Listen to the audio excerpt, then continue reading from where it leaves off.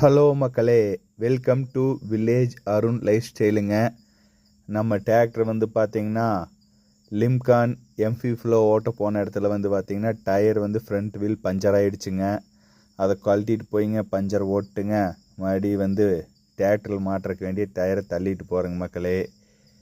ஒரு 1000 மணி நேரம் கூட ஓட்டலிங்க, டயரை வந்து பொசுக்குன்னு பஞ்சர் ஆகி போச்சுங்க. கொஞ்சம் எல்லாம் காடுகள்லாம் பழைய காடுங்களா, எல்லாம் முள்ளெல்லாம் நிறைய இருந்துச்சுங்க.